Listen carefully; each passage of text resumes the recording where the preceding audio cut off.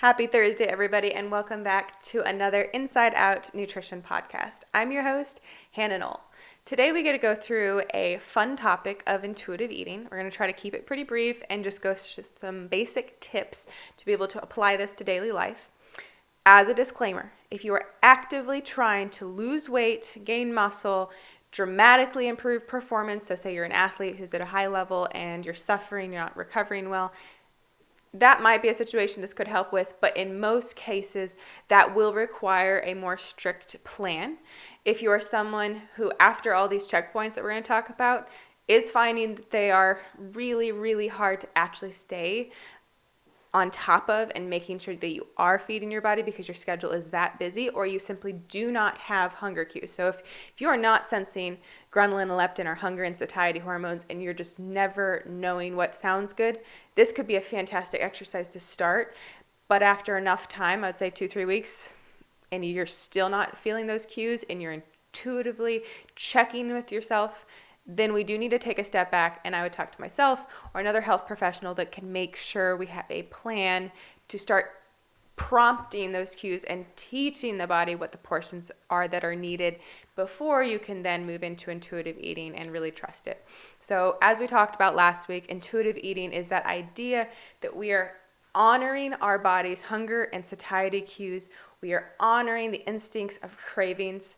That means that there's no off-limit foods, but it does mean we're focusing on fueling our body for the internal health and to feel good. And that does mean it might take some trial and error. Our cravings are going to be a little bit off. Our regular society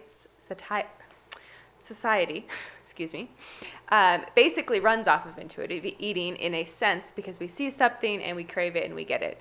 That's why fast food does so well with billboards. They have something down the road, you're driving, you haven't eaten in a while, you see that, it sounds fantastic, you can taste it, the chemicals are released from your brain and cravings come out. So it's also being really aware of what cravings are coming from. Is it a chemical reaction because we see something? Are we putting things in our way that can increase cravings? Or are they legitimate? We are low in calories, so our body is craving something. We are low in salt, so we're craving something, etc. Okay, so number one thing will be water. We're going to make sure that is not something that's affecting things. Thirst is very easily confused with hunger. And we feel hungry, but in reality, we're very thirsty. And we may not actually have that thirst cue of you've been outside and it's really hot and now you're really needing water. That may not actually be there for you, and it's not there for a lot of my wonderful clients who do struggle with their water intake. And it's nothing against you. It's kind of annoying that you don't have those natural cues. I would love everyone to be able to just remember it and love water, and some people just hate the taste of water. And again, not your fault, but there are things we need to do and we can do to make sure you do get that in. I always tell people, start the day with 10, 16 ounces. Make sure you got a good base. It will help with digestion. It will help with the pH of our stomach. Specifically, if you are someone who deals with GERD, heartburn, starting the day with water is a wonderful idea. And then making sure at each meal we're getting 12 to 16 ounces. This is just a good way to get a good base set up, and then you can fill in the rest of the water between meals. But at least if you need a checkpoint, you know you're going to be sitting down and eating, so we're also going to make sure we can check the box of getting enough water. It does not mean you need 128 ounces. I hate everyone's got to carry their gallon water bottle. You might need 120 ounces depending on how tall you are and how much you weigh, depending on how much you're sweating, depending on how much weight loss is happening at that point in time. If you're gaining weight, like in your surplus and you're building new muscle mass, you're definitely going to need higher water. We need to aid the kidneys. However, the average person is not going to need 128 ounces. Most people are probably sitting around, if you're in that average height range of 5'6" all the way to 5'9", you're probably looking at about 90 ounces when you're actually actively sweating at least 30 minutes a day. And if it's underneath that, you could even go closer to 80. But reach out to a health professional, myself or someone else, to get your exact water intake amounts. And you can obviously fluctuate depending on, again, how much you are sweating. Do not try to jam all of your water in a 30-minute time window or a couple hours because you forgot all day.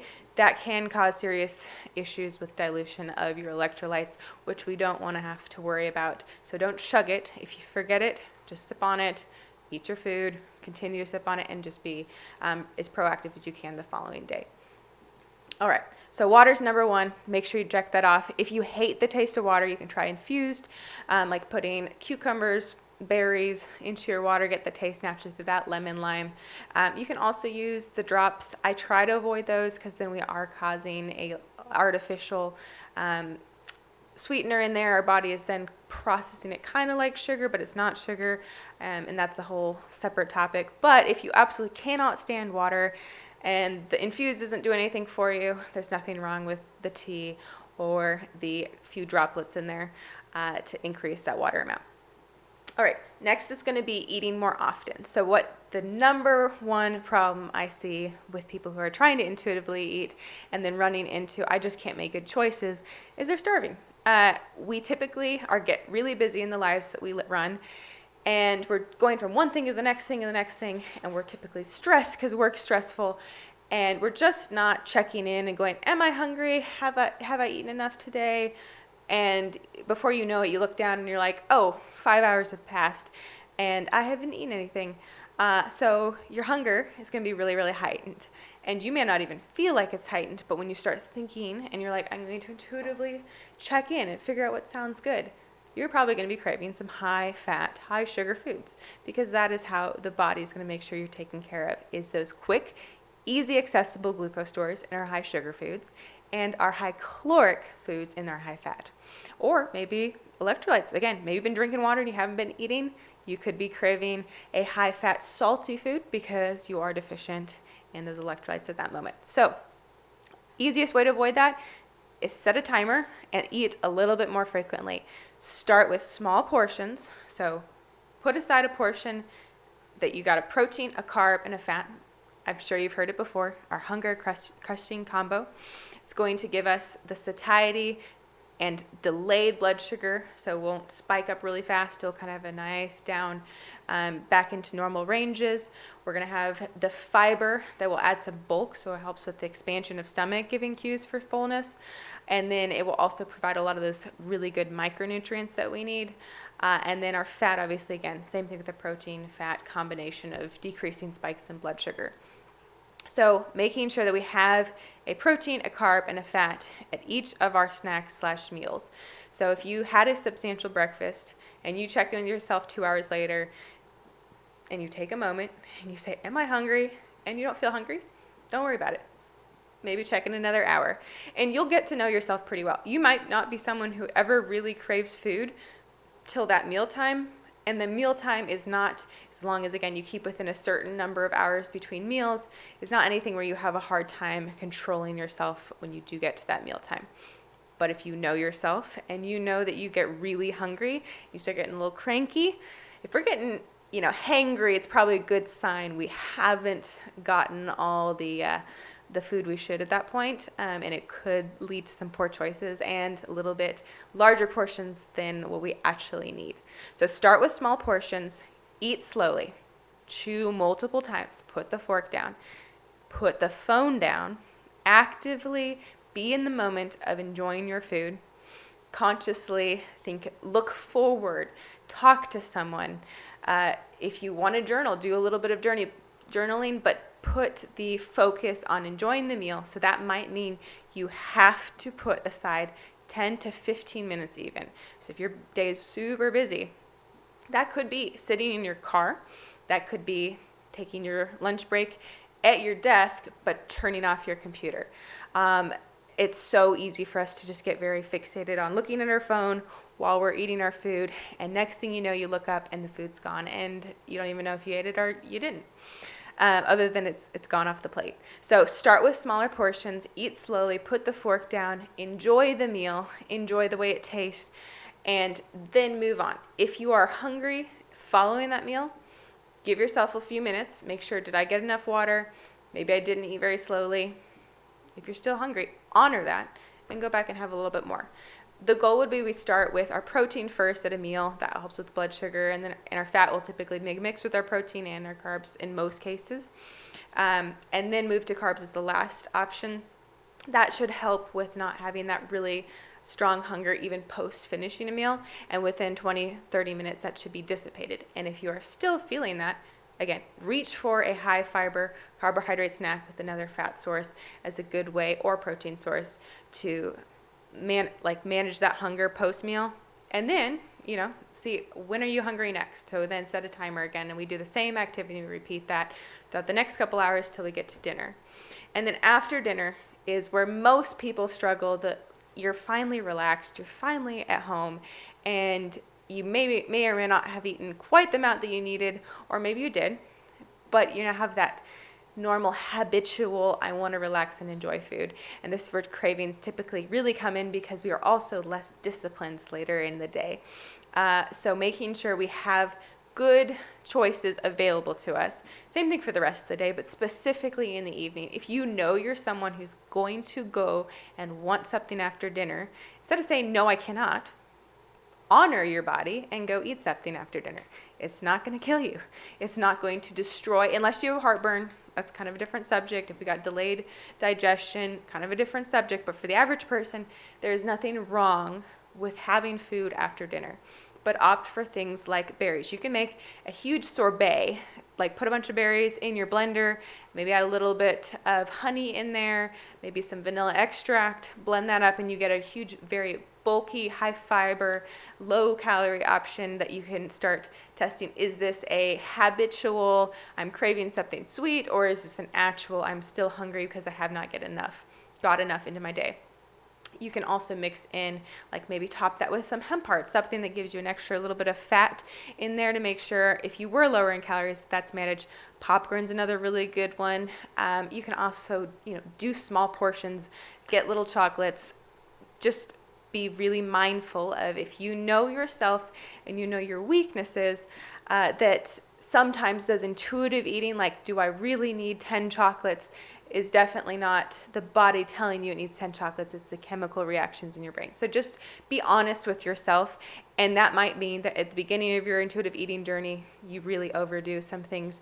And then you start learning, okay, I know that I can't easily intuitively eat, and honor those needs and cues with foods like that. And then eventually add that in down the road when you can. If you have nutrient deficiencies, or if your caloric load over extended period of time has been low, you are going to have heightened cravings, and that's going to be a reality. If you are a woman and you're on your period, you already know this. You're going to have really high cravings, and it's annoying. So that might be that we honor those cravings and we be mindful for that single week, and then we go back to normal.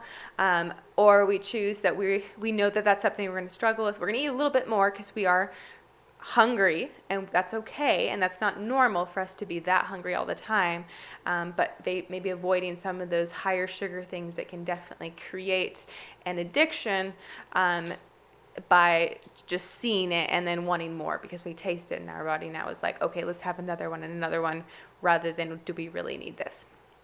Okay. Our next one is going to be just managing our sleep and stress. So if you are feeling just hungry all the time and just can't seem to not be hungry, really check your sleep, check your stress. If your sleep isn't there, your body is depleted of energy, and it's going to be looking for energy in a different source, i.e. food. So if you're craving food, specifically carbohydrates all the time, very likely you are either not getting the hours you need, specifically my teenagers. They're notorious for feeling like they're getting enough sleep, and then really not, because their body's growing. Even if you're into your mid to early 20s, your body is still growing, specifically our males. Our testosterone's going up.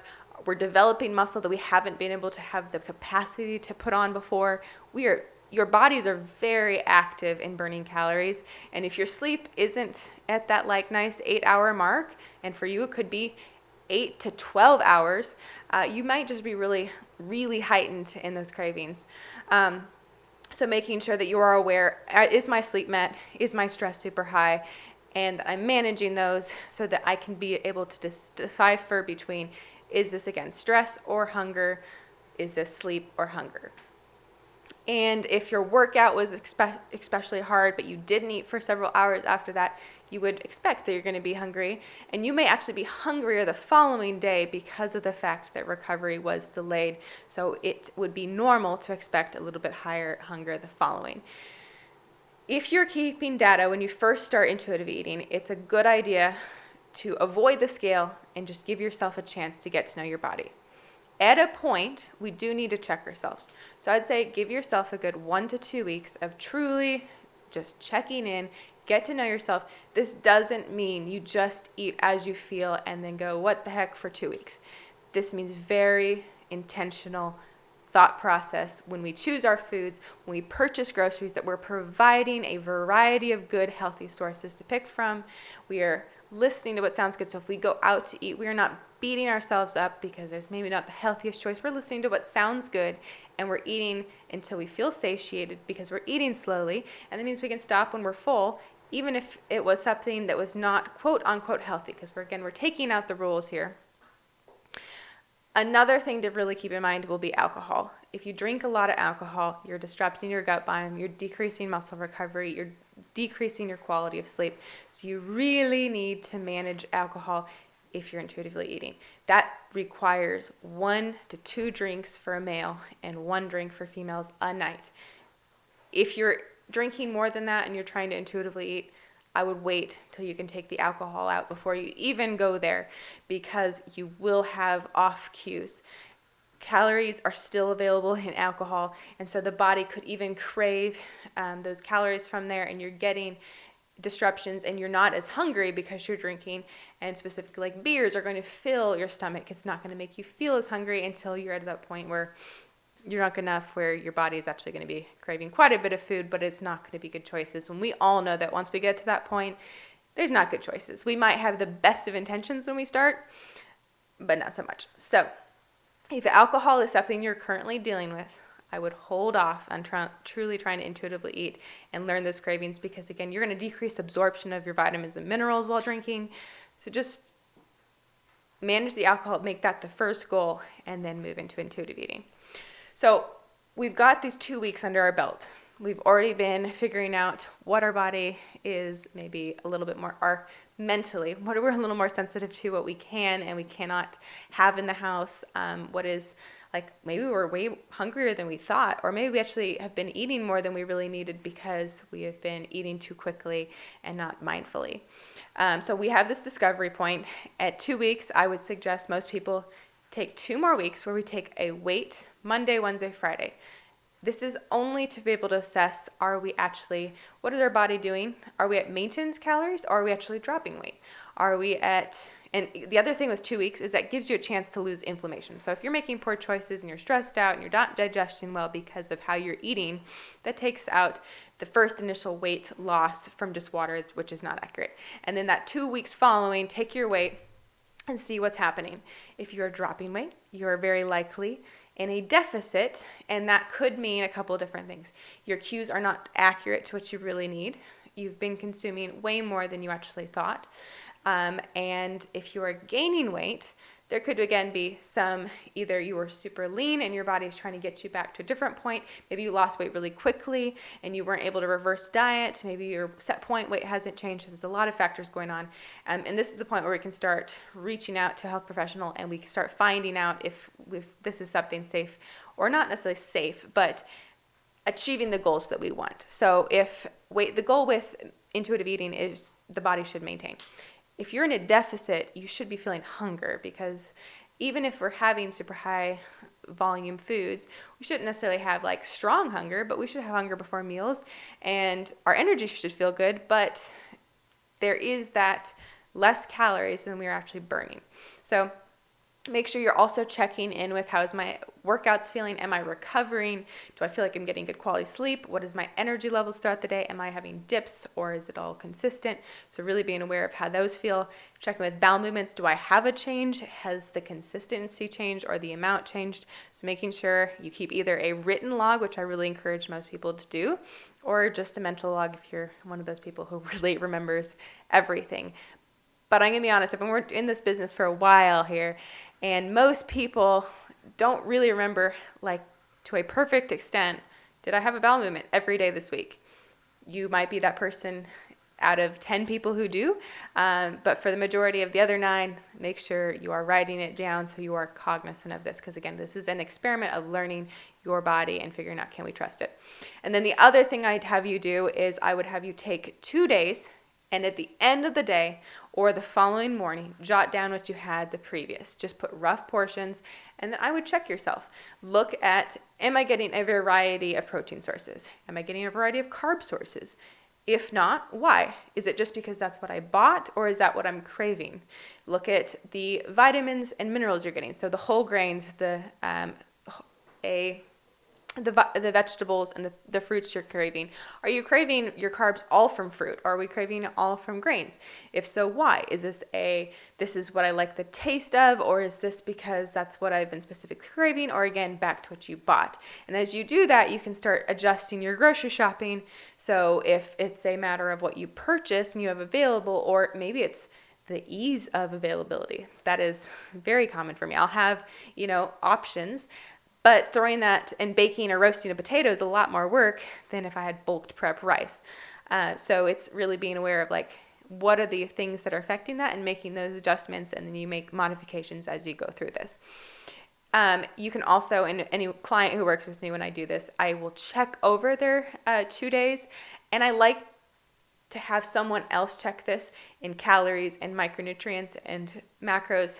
For my clients, I will do it for them, because I don't want them to overanalyze the number. Specifically, if we're trying to figure out what is a normal amount of calories for the body to maintain weight, because of past things that we've done to ourselves, it does get in your head if you know how many calories you're consuming. So that's why I would say ask someone else, talk to a professional, or if you feel confident in not being concerned by it, check your calories, check your protein, carbs, and fat. And again, if you have numbers to go off of, or again, talk to a health professional, double check those numbers, and then take again 2 more weeks, and then do the same thing again with weight and checking those numbers, and basically see, am I increasing my actual hunger needs? Was there other stressful life events? So just going back and seeing if our hunger is increasing, decreasing, and what is happening with our weight.